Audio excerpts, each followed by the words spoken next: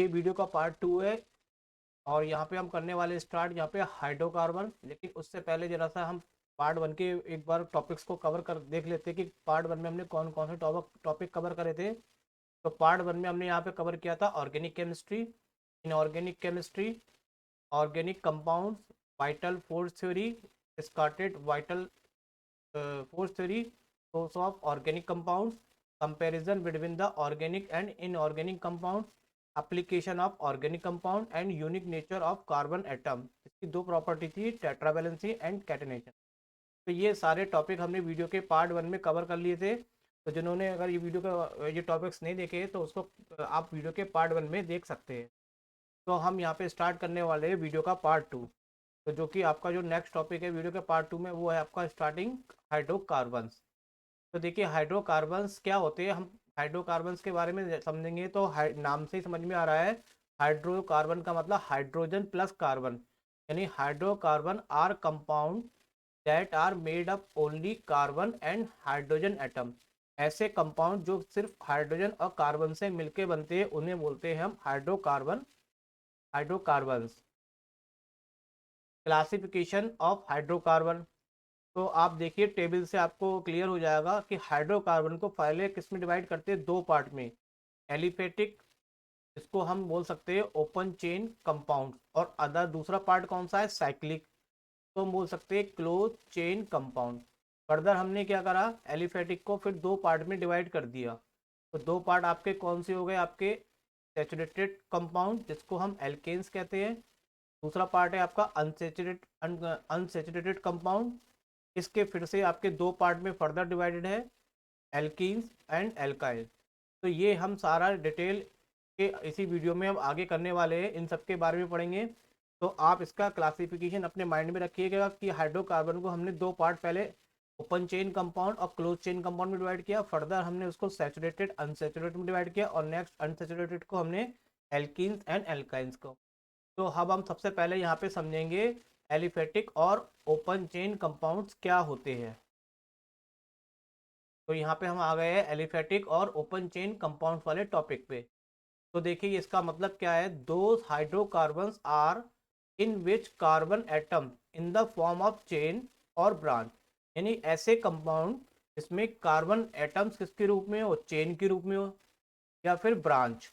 देखिए चेन क्या होती है, चेन का मतलब है कि एक चीज आपने ली, कोई एक चीज ली आपने, तो एक चीज से अगर आप दूसरी चीज जोड़ेंगे और दूसरे से तीसरी जोड़ेंगे तो इस तरह से क्या होती जाएगी, जैसे कि यहाँ पे एक चीज कनेक्ट करी, फिर इसी से आपने दूसरी चीज कनेक्ट कर दी, फिर तीसरी, तो ये आपकी चेन बन जाएगी। और ब्रांच क्या होती है, जैसे पेड़ जो होता है, पेड़ जब सीधा जाता है तो इधर से और उधर साइडों से जो उसकी अदर शाखाएं निकलती है वो उसकी क्या कहलाती है, ब्रांच। तो इसको हम यहाँ पे एक करके समझेंगे, चेन क्या है, ब्रांच क्या है।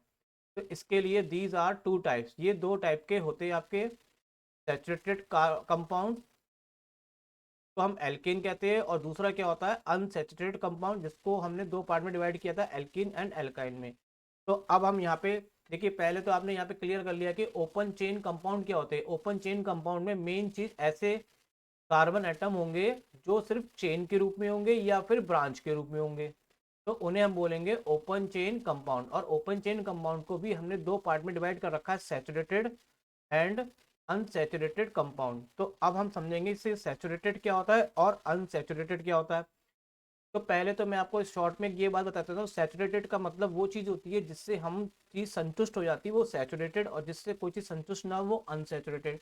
एग्जाम्पल, हमने खाना खाया, अगर हमने खाना खाया और खाना खाते खाते हम क्या होंगे, कुछ टाइम बाद खाना खाना बंद कर देंगे, हमारी जो खाने की पावर होगी वो खत्म हो जाएगी। इट मीन्स अब हम यहाँ पे क्या हो जाएंगे, सैचुरेटेड। तो हमें फर्दर खाने की ज़रूरत नहीं पड़ेगी। लेकिन हम खाना खा रहे हैं और हमने एक रोटी खाई या कुछ थोड़ा सा कुछ खाया, तो इसका मतलब अभी हमारे को और भूख है और हम ज़्यादा और भी खा सकते हैं। इसका मतलब इस कंडीशन में हम यहाँ पे क्या है, अनसैचुरेटेड है। तो सैचुरेटेड का मतलब ये होता है कि किसी चीज की भी संतुष्टि या किसी भी चीज का पूरी तरह से सेटिस्फेक्शन हो जाना, वो सैचुरेटेड। और अभी कुछ चीज बाकी रह गई है तो वो अनसैचुरेटेड। तो ये सिर्फ मैंने अभी आपको जनरल तौर पे सैचुरेटेड और अनसैचुरेटेड समझाया। अब हम यहाँ समझेंगे पूरी तरह से कि what are the saturated compounds. तो अब नेक्स्ट टॉपिक पे आते हैं हम, सैचुरेटेड कंपाउंड्स क्या होते हैं। और सैचुरेटेड कंपाउंड्स को हम क्या नाम अदर बोलते हैं, एल्केन। देखिए those hydrocarbon in which hydrocarbons with single bond between two carbon atom, ऐसे हाइड्रोकार्बन जिसमें कि हाइड्रोकार्बन जो होते हैं वो दो, जिसमें कार्बन जो होते हैं वो अपने आप में किससे कनेक्टेड होते हैं, सिंगल बॉन्ड से कनेक्टेड होते हैं, वो क्या कहलाते हैं आपके सैचुरेटेड हाइड्रोकार्बन, या उसको हम क्या कह सकते हैं, एल्केन। कार्बन कार्बन के बीच में अगर आपका सिंगल बॉन्ड है तो ये आपका क्या कहलाएगा, एल्केन। और जनरल फॉर्मूला एल्केन का होता है आपका CnH2n+2। तो इसको हम और डिटेल में समझने वाले हैं, तो इसके लिए मैंने एक टेबल बना ली है। अब देखिए टेबल में क्या है, एक नंबर ऑफ कार्बन एटम है, दूसरा मॉलिक्यूलर फॉर्मूला है, थर्ड में आपका कंडेंस फॉर्मूला, या और फोर्थ में क्या, स्ट्रक्चर फॉर्मूला। तो इस टेबल से हम समझ जाएंगे कि सैचुरेटेड कंपाउंड्स क्या है। देखिए ये जो फॉर्मूला है, इस फॉर्मूले में हम एक एक करके वैल्यू लगाते हैं। सपोज हमने एन की जगह 1 लगाया, एन की जगह 1 लगाने का मतलब है हमारे पास कार्बन को हमने 1 रखा, क्योंकि हम यहाँ पे हेडिंग पड़ा हुआ नंबर ऑफ कार्बन एटम, तो इसमें हमने नंबर कार्बन एटम के कितने करे, 1। तो जब इसमें हम 1 रखेंगे तो यहाँ पे 1 रखने पे फॉर्मूले में कितना हो जाएगा, 2 × 1। तो मैं आपको करके दिखा देता हूँ।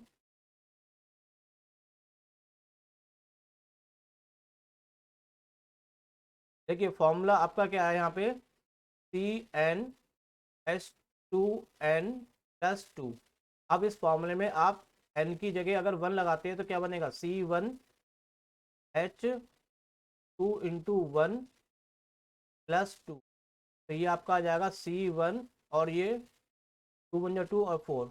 तो 1 को हम रिप्रेजेंटली लिखते नहीं है, मतलब मोस्टली, तो इसको हम लिखेंगे CH4। तो 1 लगाने पे आपके पास ये फॉर्मूला बन के आ जाएगा यहाँ पे CH4, जो कि आपकी इस वाले फॉर्मूले से आया है जब इसमें आपने n की जगह 1 लगाया है। तो आई थिंक आप ये समझ गए होंगे यहाँ पे कि अगर हम n की जगह 1 लगाएंगे तो हमारे पास फॉर्मूला क्या मिलेगा, CH4 मिलेगा। अब इसके आगे इसका हम कंडेंस फार्मूला पढ़ते हैं, तो कंडेंस को अभी मैं आगे एक्सप्लेन करूंगा, अभी तो फिलहाल मैंने ऐसे लिख देते हैं। के लिए सबसे पहले हम आते हैं स्ट्रक्चर फॉर्मूले में। स्ट्रक्चर फॉर्मूले में देखिए मेन बात क्या होती है, हमने पिछले वीडियो के पार्ट 1 में पढ़ा था कि कार्बन की जो वैलेंसी होती है वो 4 होती है। तो कार्बन के संग 4 लकीरें को हम बॉन्ड कह सकते हैं, वैलेंसी कह सकते हैं। तो कार्बन के साथ 4 लकीरें होना बहुत ज़रूरी है, चाहे आप उसको किसी भी कंडीशन में जब बनाएंगे स्ट्रक्चर फॉर्मूला, तो कार्बन के संग 4 लाइनें जरूर दिखाएंगे जो कि 4 बॉन्ड को रिप्रेजेंट करेंगी वो। तो देखिए हमने इसका स्ट्रक्चर फॉर्मूला बनाया, हमारे पास कितने कार्बन है, हमारे पास एक कार्बन है। हाइड्रोजन कितने, हमारे पास 4, तो हमने 4 हाइड्रोजन को उसके चारों तरफ लगा दिए। देखिए हाइड्रोजन जो होता है वो कितने में कंप्लीट होता है आपका, हाइड्रोजन जो होता है आपका, हाइड्रोजन के पास जो ऑर्बिट होते ऑक्टेट होता है, जिसके कहते हैं ना सैचुरेशन कंडीशन। आपने कहीं ऑक्टेट और डुप्लेट ला पढ़ा होगा पिछले उसमें, फर्स्ट टर्म में। तो ऑक्टेट में हाइड्रोजन के 2 इलेक्ट्रॉन कंप्लीट करने होते हैं लास्ट ऑर्बिट में, बाकी सब अदर एलिमेंट को अपने लास्ट ऑर्बिट में कितने करने होते हैं, 8। तो मैं इसको एक अच्छे से मतलब आपको एक्सप्लेन कर देता हूँ ताकि आपको बिल्कुल क्लियर हो जाएगा। देखिए कार्बन के पास क्या होता है, एटॉमिक नंबर 6 है इसका। जब इसका कॉन्फ़िगरेशन करेंगे तो आपका हो जाएगा 2,4। इसका मतलब कार्बन के लास्ट ऑर्बिट में कितने इलेक्ट्रॉन है, 4। तो ये 4 इलेक्ट्रॉन है, इसे अपना ऑक्टेट पूरा करने के लिए 4 इलेक्ट्रॉनों की जरूरत है। और जो हाइड्रोजन है, हाइड्रोजन के पास एक ही होता है और उसका एटॉमिक नंबर भी एक ही होगा, तो इसको कंप्लीट कितने में माना जाता है, 2 पे। तो देखिए कार्बन अपने 4 इलेक्ट्रॉन है, तो 4 इलेक्ट्रॉन को मैं यहाँ पे क्रॉस से रिप्रेजेंट कर देता हूँ, तो ये 4 इलेक्ट्रॉन क्रॉस हो गया। अब इसके पास 4 हाइड्रोजन हम इस लगा देते हैं, तो ये 4 हाइड्रोजन है और हर हाइड्रोजन के पास एक इलेक्ट्रॉन है। तो देखिए यहाँ पे एक एक इलेक्ट्रॉन को मैं 0 से दिखा देता हूँ हाइड्रोजन के। तो आप देखेंगे कि यहाँ पे कोवैलेंट बॉन्ड बन गया, तो हाइड्रोजन के 2 पूरे हो गए, इसके ये भी 2 पूरे हो गए, और ये भी हाइड्रोजन पूरा कंप्लीट हो गया, और ये नीचे वाला भी हाइड्रोजन कंप्लीट हो गया। अब ये शेयरिंग के इलेक्ट्रॉन है, तो हिसाब से ये सारे इलेक्ट्रॉन किसके होंगे, आपके कार्बन के। तो आप देखेंगे कार्बन ने ऊपर वाले से एक का शेयर किया तो सिंगल बॉन्ड आएगा, इधर से भी आपने एक का शेयर किया सिंगल बॉन्ड, इधर से भी आपने सिंगल बॉन्ड, और ये भी एक सिंगल बॉन्ड। तो आप देखेंगे ये CH4 का इस तरह से आपको क्या मिल गया, स्ट्रक्चर फॉर्मूला बन गया। तो कार्बन की जो बैलेंसी है वो 4 हाइड्रोजन से क्या हो जाती है, कंप्लीट हो जाती है। तो आई होप कि ये आपको क्लियर हो गया होगा। फिर भी अगर आपको कोई प्रॉब्लम नहीं समझ में आ रही है तो आप मुझे कमेंट्स में लिखिए, मैं इसको अदर वीडियो में फिर आपको क्लियर करके इसको बिल्कुल एक्सप्लेन और भी तरीके से मैं कर दूंगा। तो हमने अभी यहाँ पे समझा इस एल्केन फॉर्मूले में अगर हम एन की जगह 1 लगाते हैं तो हमारे पास फॉर्मूला आता है CH4। अभी इस फॉर्मूले को मैं आगे एक्सप्लेन करूंगा। यहाँ पे आ गया आपका स्ट्रक्चर फॉर्मूला। अब इसमें हमने लगाया एन की जगह 2 की फॉर्मूले में। यहाँ पे हमने एन की जगह कितना लगाया 2। तो आपके पास क्या आ जाएगा, यहाँ पे जब एन की जगह 2 लगाएंगे तो C2 और 2 2 जब 4 + 2 6। तो ये आपका फॉर्मूला कितना बन जाएगा, आपका C2H6 बन जाएगा अगर आप इसमें कितना प्लेस करते हैं एन की जगह 2। अब इसके लिए भी देखिए यहाँ पे अभी इसको मैं पहले स्ट्रक्चर फॉर्मूला बताता हूँ, उसके बाद इसका कंडेंस फॉर्मूला। देखिए स्ट्रक्चर फॉर्मूले में आपको बनाना कैसे होता है उसको आप पहले को समझ लेते हैं। देखिए इसका हमें C2H6 का स्ट्रक्चर फॉर्मूला बनाना है। तो सबसे पहले हम 2 कार्बन के एटम बनाएंगे और उनके बीच में एक लाइन ड्रॉ कर देंगे। अब हमारे पास जितने भी हाइड्रोजन है, हमारे पास 6 हाइड्रोजन है, इसको बराबर बराबर डिवाइड कर देते हैं। तो 3 इस पे लगा देंगे हम और 3 हाइड्रोजन हम इस पे लगा देते हैं। तो आप देखेंगे कार्बन की 4 वैलेंसी होती है, तो कार्बन की चारों, इस कार्बन की चारों वैलेंसी कंप्लीट हो गई है, इस वाले कार्बन की भी चारों वैलेंसी कंप्लीट हो गई है। तो इस तरह से ये इसका स्ट्रक्चर फॉर्मूला हो गया। इसको जब कंडेंस करेंगे, कंडेंस का मतलब शॉर्ट में लिखेंगे, तो इस कार्बन के संग कितने हाइड्रोजन लगे हुए हैं, 3। तो इसलिए यहाँ पे क्या लिख रहे हैं इसको, CH3। सिमिलर इसी कार्बन के संग भी कितने हाइड्रोजन लगे हुए हैं, 3। तो ये इसका क्या हो गया, कंडेंस फार्मूला। और ये वाला क्या हो गया आपका स्ट्रक्चर फार्मूला। तो मैं इसको फिगर डायग्राम में दिखा देता हूँ। तो ये स्ट्रक्चर फार्मूला आपका इस तरह से आ गया कि 2 कार्बन के संग कितने कितने हाइड्रोजन लगे हुए हैं, आपके पास 3 हाइड्रोजन लगे हुए हैं। तो ये आपका हो गया इसका स्ट्रक्चर फार्मूला। और इसको जब हम शॉर्ट में लिखेंगे तो ये आपका हो जाएगा कंडेंस फार्मूला। सिमिलर वे में हमने इसमें एन की जगह 3 लगाया, तो एन की जगह 3 जब इसमें लगाएंगे तो आपका जो फॉर्मूला हो जाएगा वो क्या हो जाएगा, C3 और H8 हो जाएगा। और इसका जब हम ड्रॉ करेंगे तो मैं पहले स्ट्रक्चर फॉर्मूला समझा देता हूँ। जैसे हमने कार्बन 3 है, तो हमने कार्बन 3 को पहले ड्रॉ करा, तीनों के बीच में सिंगल बॉन्ड लगा दिया। अब हम क्या करते हैं कि हमारे पास हाइड्रोजन कितने, 8 है। तो पहले हम एक कार्बन से स्टार्ट करते हैं। एक कार्बन के पास कितनी लकीरें होनी चाहिए, 4। तो एक तो ये हो गई, तो 4 लकीरें होने के लिए 3 हमने पहले इसको हाइड्रोजन लगा दिए। तो 3 हाइड्रोजन लग गए, तो ये वाला कार्बन कंप्लीट हो गया। अब देखिए इस वाले कार्बन पे, जो सेकंड वाला कार्बन है, इस पे एक तो ये लाइन लगी हुई है और एक ये लाइन है। तो 2 बॉन्ड तो लगे हुए, तो ऊपर नीचे कितने लगेंगे, केवल 2 ही हाइड्रोजन आएंगे। तो ये भी पूरा हो गया। अब जो नेक्स्ट कार्बन है उस पर आप देखिए, तो एक लाइन तो ये हो गई, तो कितने हाइड्रोजन चाहिए, 3। अब आप ये भी देख लीजिए कि हाइड्रोजन आपके 8 से ज़्यादा नहीं होने चाहिए, 8 ही होने चाहिए। तो देखिए 1 2 3 4 5 6 7 8। तो ये 8 हाइड्रोजन है और ये सारे हाइड्रोजन इस तरह से जैसे कि कार्बन को सेटिस्फाई कर रहे हैं। तो यहाँ पे अगर हम इसको करेंगे तो ये फॉर्मूला आपका क्या हो गया, CH3 आ गया। और जब इसको कंडेंस करेंगे तो C के संग कितने हाइड्रोजन लगे हुए, 2 हाइड्रोजन। और इस वाले के संग कितने लगे हुए हाइड्रोजन, 3। ये इस तरह से इसका क्या बन गया, आपका कंडेंस फार्मूला आ गया। तो आई होप कि ये आपको स्ट्रक्चर और कंडेंस फार्मूले थोड़ा बहुत समझ में आ गए होंगे। और अभी भी आगे के हम टॉपिक्स को करेंगे तो उसमें फिर से इसको डिटेल में पढ़ेंगे। तो हाइड्रो सैचुरेटेड हाइड्रोकार्बन वो होते हैं जिसमें कार्बन कार्बन के बीच में सिंगल बॉन्ड होता है। देखिए कोई भी स्ट्रक्चर आ रहा है, कार्बन कार्बन से मतलब है, हमें बाकी किसी से मतलब नहीं है, इनके बीच में हमारा सिंगल बॉन्ड आ रहा है। तो इसलिए इसको हम क्या बोल रहे हैं, एल्केन। तो एल्केन वो होते हैं जिसमें हाइड्रोकार्बन के बीच में हाइड्रोकार्बन एटम होते हैं और कार्बन कार्बन के बीच में सिंगल बॉन्ड होता है। नेक्स्ट आते हैं हम अनसैचुरेटेड हाइड्रोकार्बन। तो ये भी क्या होते हैं, आपके 2 टाइप के होते हैं, एल्कीन और एल्काइन। तो अभी हम एक बार हमने ये स्ट्रक्चर भी देखा था, ये इसी के बारे में हमने यहाँ पे, ये यहाँ पे हम क्या हमने पढ़ा था, ओपन चेन रिएक्शन में। अभी हमने just saturated hydrocarbon saturated compound clear किया। अब यहाँ पे हम पढ़ रहे हैं अनसैचुरेटेड, जिसके 2 पार्ट होते हैं, एल्कीन और एल्काइन। तो इसको हम अलग अलग करके भी पढ़ते हैं, एल्काइंस क्या होते हैं और एल्कीन्स क्या होते हैं। तो अब यहाँ पे हम नेक्स्ट टॉपिक में देखते हैं कि एल्काइंस क्या होते हैं, जो कि अनसैचुरेटेड का पहला पार्ट है। Alkenes are unsaturated hydrocarbon that contain one double bond between 2 carbon atom. मतलब ये ऐसे हाइड्रोकार्बन होते हैं जिसमें पूरे कहीं ना कहीं कार्बन एटम के बीच में अगर डबल बॉन्ड मिल जाता है तो ये आपके एल्कीन्स कहलाते हैं। और इसको हम अदर चीज भी बोलते हैं, वो कहलाता है ओलिफाइंस और ओली फॉर्मिंग भी कह सकते हैं। इसका जो जनरल फॉर्मूला है, तो जनरल फॉर्मूला का क्या है, CnH2n। एल्केन का जनरल फॉर्मूला था CnH2n+2। इसका फॉर्मूला है आपका CnH2n। तो देखिए इसको भी हम टेबल से समझेंगे। तो हमने यहाँ पे फिर से वैसे सिमिलर टेबल बना ली है। अब यहाँ पे हम कार्बन की जगह अगर हम 1 रखते हैं तो देखिए 1 रखने पे, सॉरी 1 तो रख नहीं सकते क्योंकि यहाँ पे और 1 में स्टार्ट नहीं होता ये अल्काइंस। तो यहाँ पे हम स्टार्टिंग किससे करेंगे, n बराबर 2 से, तो 2 लगाएंगे तो यहाँ पे फॉर्मूले में देखिए C2 और H2 × 2, तो इसी फॉर्मूले में हमने n की 1 लगाया, सॉरी 2 लगाया, तो क्या आ गया आपका फॉर्मूला C2H4। अब हम यहाँ पे इसका कंडेंस फार्मूला और स्ट्रक्चर फार्मूला देखें तो पहले हम स्ट्रक्चर देखते हैं। तो देखिए कार्बन आपके पास कितने हैं, मैं इसको पहले रफली यहाँ पे बताता हूँ। इसको बनाने के लिए सबसे पहले आपको स्ट्रक्चर फार्मूला बनाना है इसको, तो कैसे बनेगा, सबसे पहले आप बनाने के लिए कार्बन बनाते हैं। कार्बन कितने हैं, 2। अब हाइड्रोजन कितने हैं, 4। इस पे 2 बराबर बराबर हाइड्रोजन लगा देते हैं, 2 इस पे लगा दिए हमने, कहीं पर भी लगा सकते हैं हम, ऊपर नीचे आप कहीं पे भी लगाइए, उससे कोई फर्क नहीं पड़ता। तो ये 4 हाइड्रोजन हमने लगा दिए, लेकिन कार्बन के संग कितनी लाइनें जुड़ा होना चाहिए, 4। तो एक तो ये हो गई आपकी, एक ये हो गई। अब इसमें 4 के लिए 2 की कमी है, तो 2 लाइन हम बीच में ड्रॉ करनी पड़ेगी हमें। तो आप जब 2 लाइनें बीच में ड्रॉ करेंगे तो कार्बन की वैलेंसी कितनी हो जाएगी, 4। और यहाँ पे भी 4। तो कार्बन की वैलेंसी को पूरा करने के लिए आप देखेंगे तो यहाँ पे कार्बन कार्बन के बीच में डबल लाइन आ गई, जिसको हम डबल बॉन्ड बोलेंगे। तो यही हमारा टॉपिक है कि एल्काइन एल्कीन्स वो होते हैं जिसमें कार्बन के बीच में डबल बॉन्ड हो। जरूरी नहीं कि सारी जगह डबल बॉन्ड हो, अगर कहीं एक जगह भी डबल बॉन्ड होगा, अगर एक जगह भी अगर डबल बॉन्ड होगा तो आप उसको क्या कंसिडर करेंगे, हम उसको एल्कीन।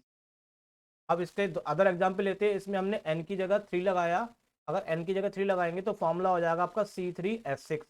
और इसका अगर स्ट्रक्चर फार्मूला बनाए तो स्ट्रक्चर फार्मूले में देखिए मैं आपको बना के दिखाता हूँ पहले रफली। तो ये 3 कार्बन आपके पास है, तो ये 3 कार्बन हमने बना दिए।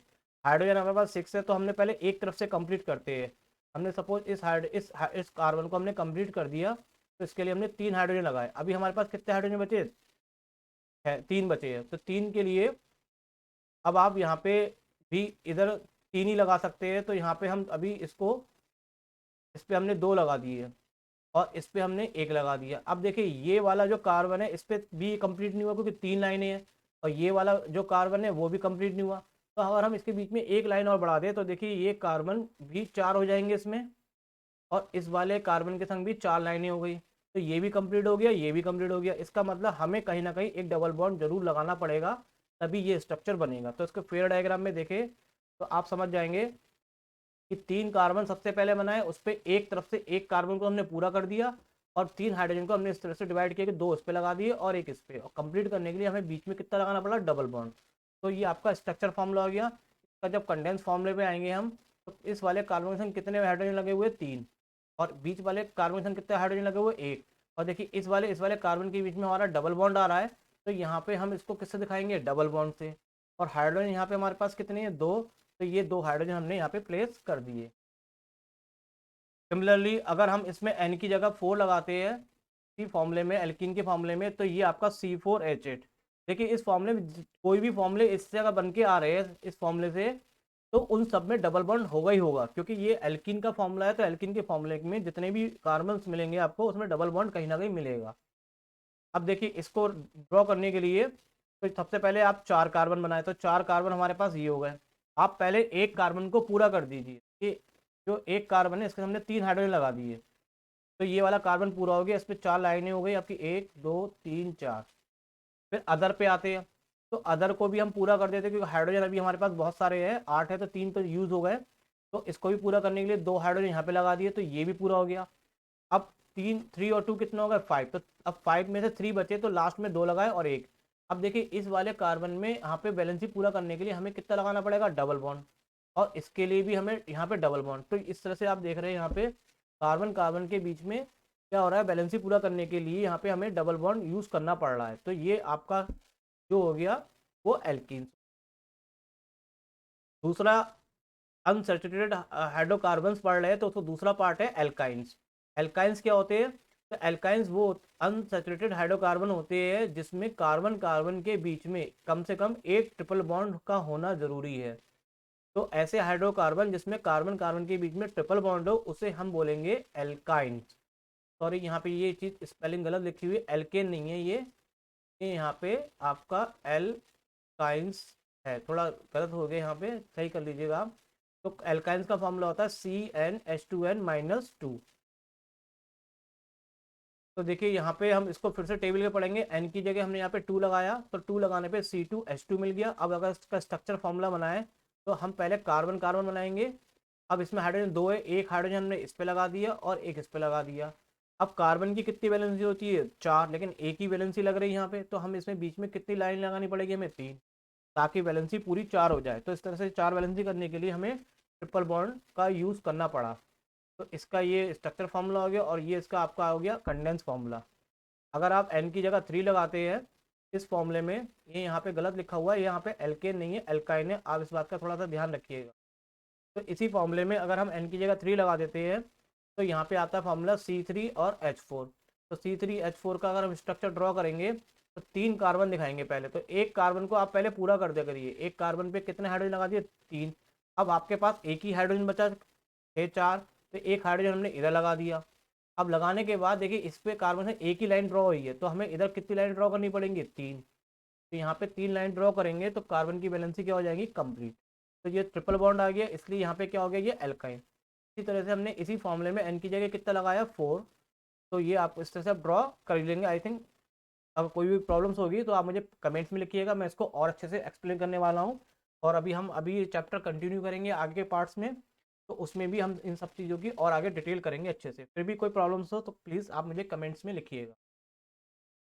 तो यहाँ पे हमने कर लिया है सैचुरेटेड और अनसैचुरेटेड कंपाउंड। देखिए एक बार हम फिर से इस पे आ रहे हैं वापस। हमने हाइड्रोकार्बन में क्या पढ़ा, हाइड्रोकार्बन 2 पार्ट में होते हैं, ओपन चेन और क्लोज चेन। तो ओपन चेन में हमने सैचुरेटेड भी अभी पढ़ा और अनसैचुरेटेड में हमने एल्कीन और एल्काइन भी कर लिया। अब हम यहाँ पे हमारा एक लास्ट टॉपिक बचा है इसका, वो है आपका साइक्लिक और क्लोज चेन। तो इसको भी हम देखते हैं। तो ये हमारा जो इसका चल रहा है हाइड्रोकार्बन का स्ट्रक्चर पूरी डिटेल, तो वो हमारे यहाँ पे कंप्लीट हो जाएगी। तो हम इस टॉपिक को भी कर लेते हैं, साइक्लिक और क्लोज चेन। देखिए क्या होते हैं, those hydrocarbon chain in which contain 3 or more carbon atom in their molecule. Carbon atom are arrange in cyclic or close structure. मतलब ऐसे कार्बन जो कि आपके साइक्लिक या क्लोज स्ट्रक्चर में प्रेजेंट हो वो क्या कहलाएंगे आपके क्लोज चेन कंपाउंड या साइक्लिक। जैसे एग्जांपल हम देखते हैं बेंजीन। बेंजीन का फॉर्मूला होता है C6H6। देखिए इसका जब स्ट्रक्चर बनाएंगे तो स्ट्रक्चर कैसे बनाएंगे, आप इसको ऐसे तरह से 6 कार्बन आप दिखाएंगे, पहले 6 हो गए। अब हाइड्रोजन भी 6 है तो सबके साथ हम एक एक हाइड्रोजन लगा देते हैं। तो देखिए ये एक एक हाइड्रोजन हमने लगा दी सबके साथ, ये लगा देते हैं यहाँ पे। अब कार्बन की कितनी बैलेंसी होती है 4, तो 2 तो एक तो ये लगी, तो एक इधर लगा दी हमने, एक इधर लगा दी। इस तरह से एक हमने यहाँ पहले हम सब कार्बन के बीच में लगा देते हैं। अब देखिए यहाँ पे कितनी है 1 2 3 है, तो हमें 4 करने के लिए यहाँ पे एक डबल बॉन्ड लगाना पड़ेगा। तो ये कार्बन पूरा हो गया। अब यहाँ पे आते हैं तो 1 2 3 और यहाँ पे फिर हम लगाएंगे 4 हो जाएगा। इस तरह से 1 2 3 1 4, तो एक छोड़ के एक डबल बॉन्ड बनेगा इसका। तो इसका मैं फेयर डायग्राम दिखाऊं तो ये इसका फेयर डायग्राम हो गया आपका बेंजीन। तो ये इस तरह से कार्बन जो है हमारे मेन चीज यहाँ पे क्या है, कार्बन जो है हमारा क्लोज या साइक्लिक रूप में प्रेजेंट है। तो ऐसा स्ट्रक्चर जिसमें कार्बन हमारे क्लोज या साइक्लिक रूप में प्रेजेंट होते हैं उसको हम क्या बोलते हैं, cyclic or close chain compound. तो यहाँ पे हमारा ये टॉपिक्स क्लियर कवर होता है। हाइड्रोकार्बन का हमने जो भी डिटेल थी वो पढ़ ली है कि हाइड्रोकार्बन किस किस टाइप के होते हैं। तो आई होप ये वीडियो अच्छी लगेगी आपको। आगे के टॉपिक्स को नेक्स्ट पार्ट में हम कवर करते हैं। चलिए भी हम यहीं तक वीडियो को क्लोज करते हैं। Thank you very much.